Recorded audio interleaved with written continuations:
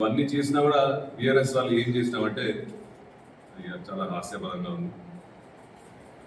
నాగర్ కర్నూలు నియోజకవర్గం సంబంధించి ఇప్పటికే నాగర్ కర్నూలు పట్టణం కానీ సుమారు డెవలప్మెంట్ కోసం 40 కోట్లు తేవడం జరిగింది.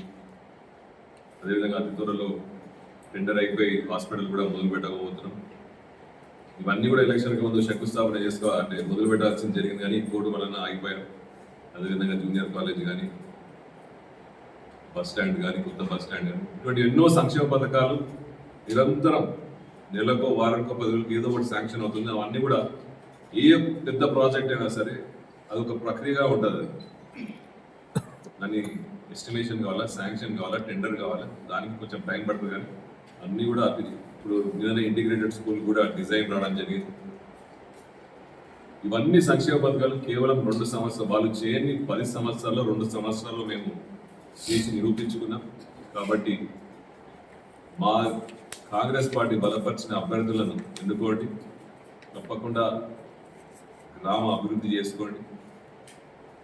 మీరు గెలవంగానే గ్రామ పంచాయతీకి రావాల్సిన సెంట్రల్ ఫండ్ కూడా అధికంగానే రాబోతుంది.